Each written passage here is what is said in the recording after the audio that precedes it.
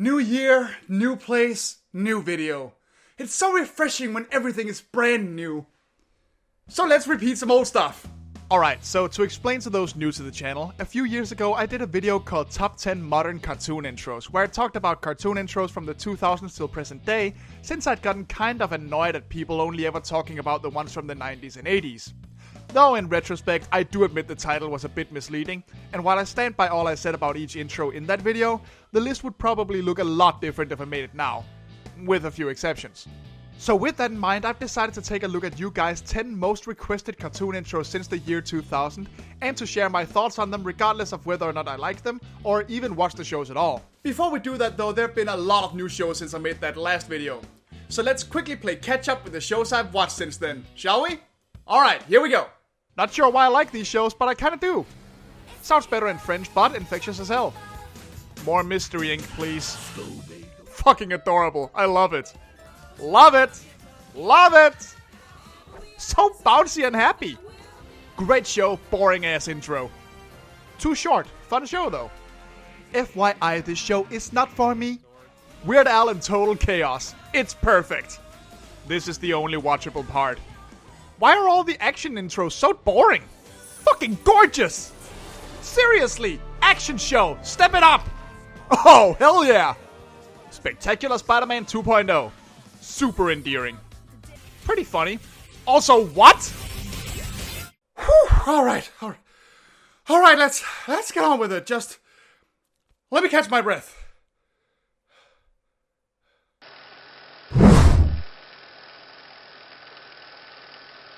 Grim Adventures of Billy and Mandy. Oh man, I really need to actually watch some of this. Yeah, despite making these videos and calling for people to show some love for 2000s cartoons as well, I did miss a lot of them at the time because I was going through my everything new is wrong phase. You know, that thing everybody seems to be actively refusing to grow out of nowadays. And Billy and Mandy are one of the shows that kind of fell by the wayside. In fact, I don't think I watched the show at all until I learned that Voltaire did a couple songs for it. Brains, I'm alright. I'll eat the brains till the zombified. Oh, fuck off. I like his stuff and we all have our faces. Whenever I do see an episode of the show though, I always get a good laugh, and I can definitely appreciate the many varied and hilarious horror references strewn across the show that are thankfully rarely too esoteric or in your face about their status as references to be too distracting for kids. And as for the intro itself, I don't have that much to say. Visually speaking, it's a deliciously grotesque intro with a great green and pinkish purple color palette and some Theremin-esque sounds that makes the show look and sound just as sickly and demented as it is. Also, I totally relate to these guys. I mean, clearly zombies have more fun. I wouldn't call this one great exactly, but it pitches itself in a matter of seconds, and I can respect that. It's good stuff.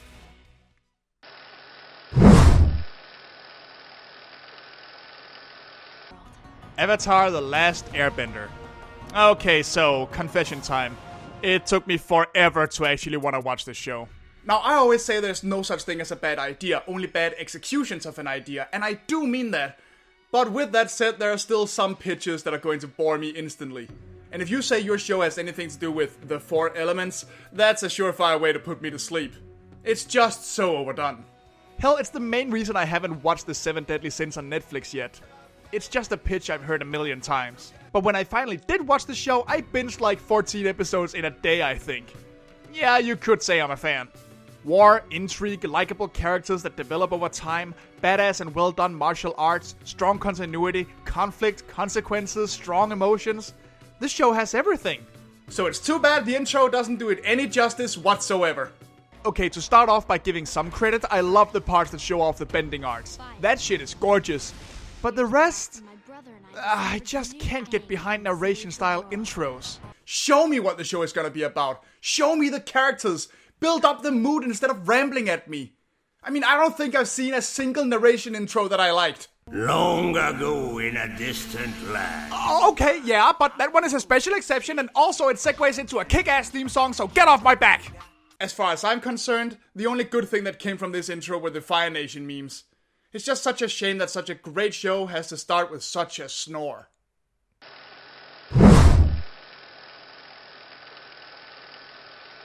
The American Dragon Jake Long. This was a show, I guess? Yeah, I didn't watch this one either. Don't know the first thing about it. Okay, so let's see what Wikipedia has to say about it. Normal high school kid, turns into a dragon, protects magical creatures, has to balance it with his crush in school, and oh my god, I'm bored already. Can I just watch Fire Breather? Oh wait, that's boring as hell too. Never mind. Okay, to be perfectly fair, I can't really judge since I haven't actually watched this show, and I like plenty of shows with a similar premise. I'm sure people love this one for a reason, but at first glance, everything about it turns me off. I can't stand the art style, the intro is full of just plain horrible gags, and this kid reeks of horribly outdated marketing campaigns. From the J to the A to the K to the E, I'm the Mac Daddy Dragon of the NYC, you heard? Ugh, shut up! I mean, who knows, maybe it's on purpose somehow, but I just know it kills my mood within 5 seconds, and the fairly decent theme song can't save it. Especially not when this fucker comes around to ruin it. From the J to the A. Well, Jake, look on the bright side. If this whole superhero dragon thing doesn't work out, you have a great career ahead of you writing Nintendo commercials. In 1986. It's the Legend of Zelda, and it's really rad. Those creatures from Ganon are pretty bad. I'll admit the Season 2 version jazzes things up a little bit with a handful of more interesting visuals and replacing the awkward rap somewhat, but I'm sorry, this one is a hard pass for me.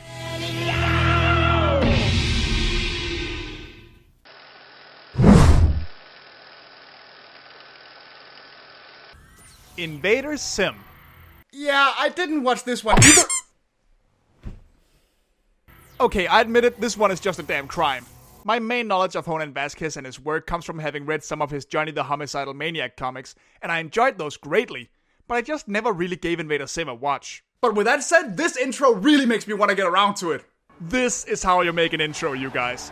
Style and mood is at the forefront with lots of sharp edges and sickly colors to show you that this is going to be maniacal and messed up. The premise is presented without a word, the main characters are clearly introduced with a lot of personality in a matter of seconds, and the marching soldier style music gets you pumped as hell. Until this beautiful ending shot. I love that part. It's not so much that getting beamed in the head is the funny part, it's how well it sets up Sim's ambition level, and then immediately proves how pathetic and destined to fail he is. It's awesome. I can't put a finger on this. In terms of getting you hooked and selling the premise, it's right on point. I love this one.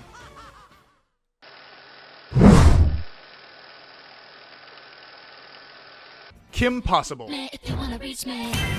Yes! Finally! A show I actually watched about 5 episodes of. What I've seen I like though, and it's definitely on the list of gotta get back to's. I was skeptical about this back when I first learned about it. Probably because I didn't particularly like another female spy show that was on around that time. But whenever I've caught an episode, it's given me some good laughs, especially since whenever it falls into the trappings of 2000s cartoons or tries to be too current, it usually comes across as parodying it, or at the very least does it a bit better than many other shows. And you know, in a sea of shows about average losers being thrust into hero roles, sometimes it's nice to see someone who is a genuine badass that can do just about anything. Outside of the great art style and really showing off Kim's ability to kick ass, the intro doesn't actually have that much going for it. It's mostly just a bunch of clips from the show from what I can tell. So it's a good thing it has an awesome theme song. Honestly, this song is the part that gets me hooked more than anything else. The lyrics are basically nothing but Kim bragging about how badass she is, and it's so cool and confident that it's hard not to have it rub off on you. It doesn't need to be some heavy-ass rock tune to convince you that the bad guys are gonna catch a boot to the face. And then of course there's the... So what's the sitch? God damn! How do 4 little beep sounds manage to be so freaking catchy? I don't know what the secret to that ringtone is, but as simple as it is, it instantly brings your mind to Kim and flawlessly serves its purpose as a call to action. This is a great damn theme song. That could stand to throw in some more interesting visuals here and there. Call me, beat me if you wanna reach me.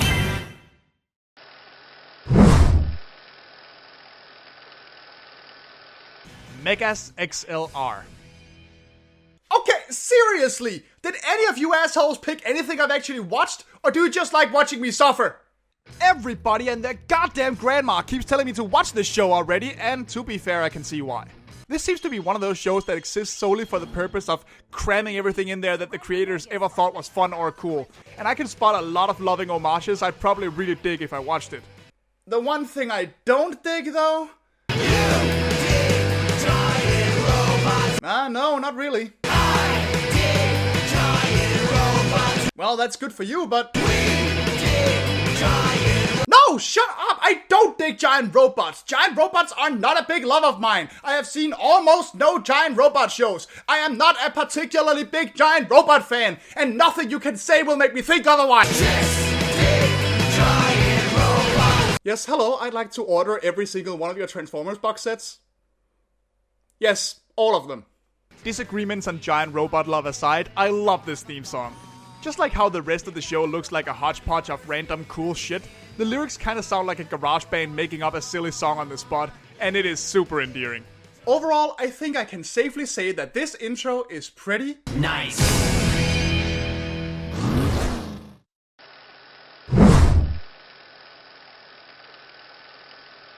Ben 10. Oh my god, yes! Finally! Something I've actually watched!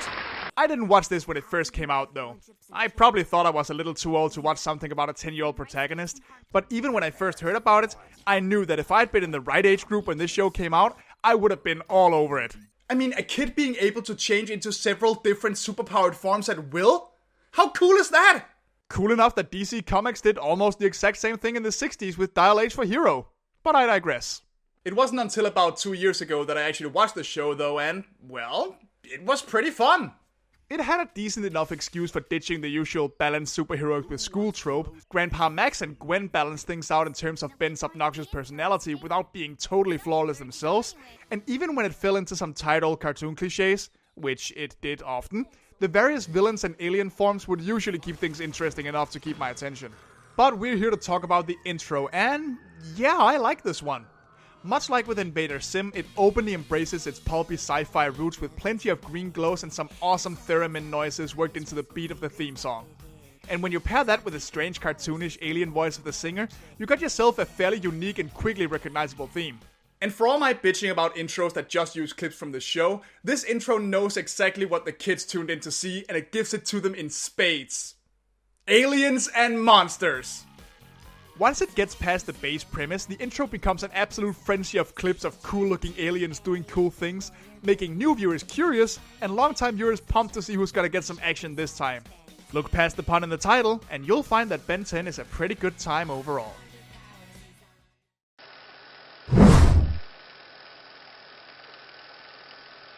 Adventure Time. Oh my god, what a ride it's been. From silly, nearly nonsensical shenanigans to hard-hitting emotional explorations of insanity, responsibility, and growth to experimental animation and storytelling, Adventure Time always had something new and unique to show you, even when it did sometimes get too strange for its own good. Please join me in a moment of silence for the coming end of an era.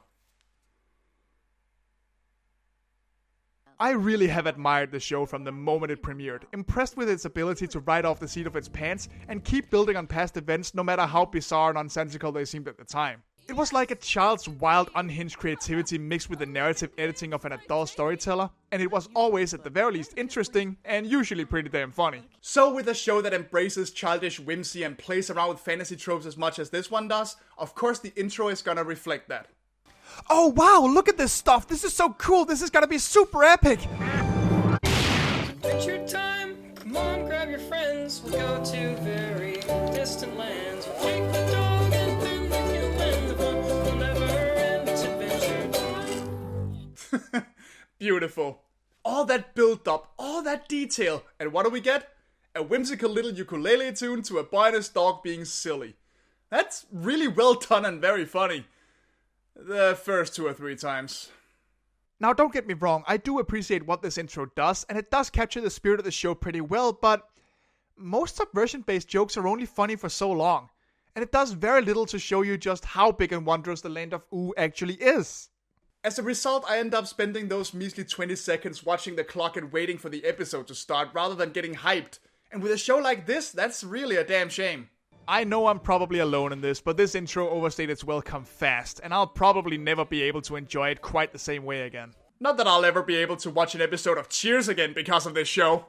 Dun, da da da da dun dun. Making your way in the world today takes everything you've got. No! No! You don't get to do that to me again! Damn you, Tom Kenny! Damn you, Pendleton Ward! Damn you, episode writers! Damn you! Wouldn't it be nice to get away?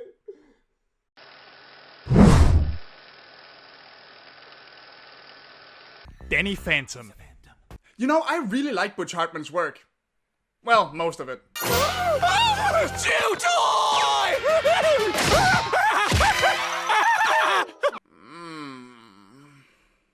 There's a lot of charm to his sharp and colorful style. He's clearly full of great ideas. I love watching his art videos on his own YouTube channel. And when his sense of humor is applied well, it can be really funny, like in the early seasons of Fairly Odd Parents. Overdo it though, and well, you get stuff like Tough Puppy. This hat is awesome! Broke the sunglasses! Why, mean lady? Don't worry, I'll save you! Shut up, shut up, shut up! Being louder doesn't automatically make your joke funnier. When the hell are you gonna learn that? What? I said being louder doesn't automatically... Oh, fuck you. Honestly, I can't think of even one good reason to watch this show. Not a one.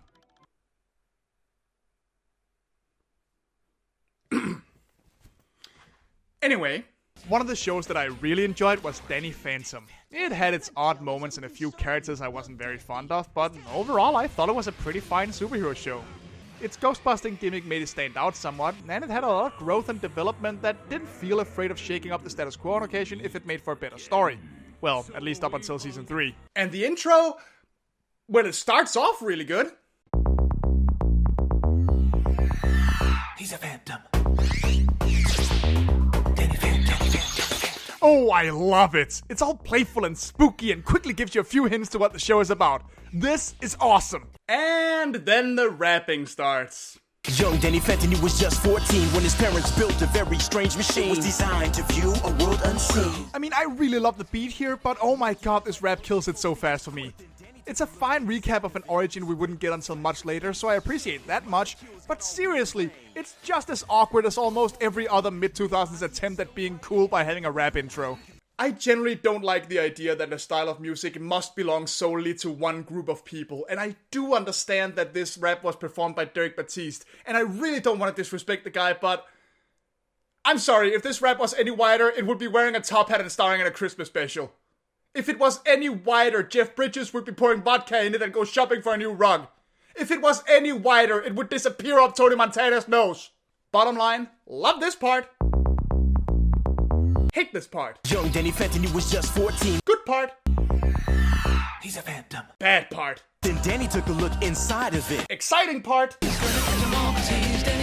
Awkward part. He was much more unique than the other guy. We good?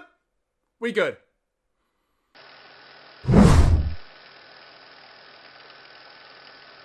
Teen Titans. Whew boy, here we go. The internet's sacred cow. Especially recently, what with a certain unmentionable...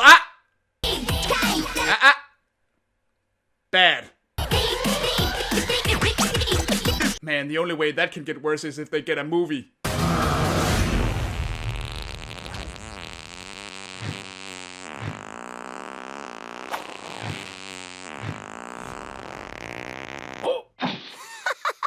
He farted. That wasn't a fart. That was just air leaving my butt. Which is a fart. Teen Titans Go to the movies.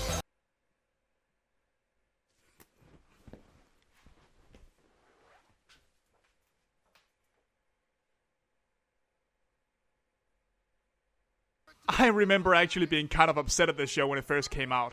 Not out of any loyalty to the comics, though I had read a few, but because of the anime influences in the art style, since I saw it as little more than cheap marketing. Probably because that was happening elsewhere too at that time. If I recall correctly, the Danish dub wasn't very good either, so that probably didn't help. So yeah, this is another one of those shows I didn't watch until years after the fact. But when I did, I liked it a lot. Aside from the obvious things like having some pretty fine, genuine superhero action when it decides to adapt Teen Titans storylines, and the admittedly quite funny comedy relief episodes, I think the show's strength largely lies in its fantastic character designs. There's a reason these have become iconic enough to replace the comic book designs in some people's heads. And not just for those that saw the show first. Well, most of the character designs are great. I know I, like many others, adore this version of Raven, and while I have read some of the 80s comics and know Starfire didn't used to behave like the obnoxious porn bait she does in certain more recent comics, I will take this cute alien warrior princess over orange space stripper any goddamn day. So yeah, great show. Gave a lot of good memories to a lot of people. And the intro? Yeah, go ahead, get your nooses and your torches and your pitchforks ready, but I don't care that much for this one. Now, I don't think it's bad by any means. I like the visuals of it, from traversing through the show's logo to little things like a raven and some animal footage presenting Raven and Beast Boy, and you get a sense of who's who and what they can do pretty fast, and they each have a distinct color palette and a designated logo color. That's all very well done. But the song, man, I don't get it. I mean, I don't dislike it, but... Really? This is one of the most treasured theme songs on the internet? I guess it's just not my thing. The theme song was, from my understanding, done by Japanese rock duo Hi Hi Puffy Amiyumi, who were also the basis for the Hi Hi Puffy Amiyumi show, which...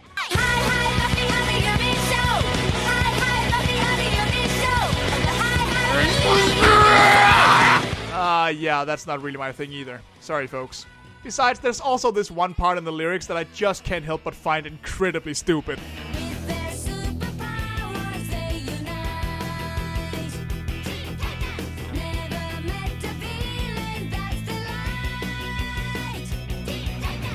What you mean besides this one? Or this one? Or that one? Plenty to pick from. I mean, seriously, how hard is it to find a word that rhymes with unite without making them sound like grumpy kindergartners? I don't know, man, this song is just not for me. I will give credit to the idea of using a Japanese version whenever a more comedic episode shows up, though. Especially if the translations I found online are accurate, because if they are, this song is total nonsense and it's hilarious.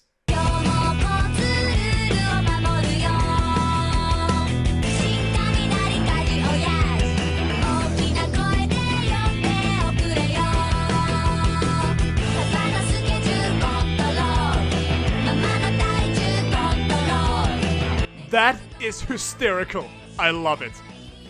So, yeah, this one may not be my personal favorite, but that still leaves it as a perfectly fine opening to a pretty damn good show.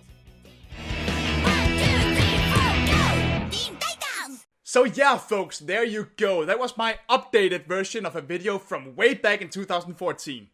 Obviously, there are still a lot of shows that came out in this time frame, so if you still think some are missing, let me know in the comments below, and who knows? Maybe we'll have a part 3 sometime. Until then though, bye bye and see you later. Hey guys, Ash here and thanks a bunch for watching. If you haven't seen part 1, just click the video link that pops up here. And if you like what you saw, please leave a like and a comment, and don't forget to click the subscribe button and the little bell icon to see more in the future. I'd also like to say thanks to John Aljets and my other patrons. And if you're considering supporting me or following me on social media, links to my Patreon page and all others are in the description below. See you next time, folks!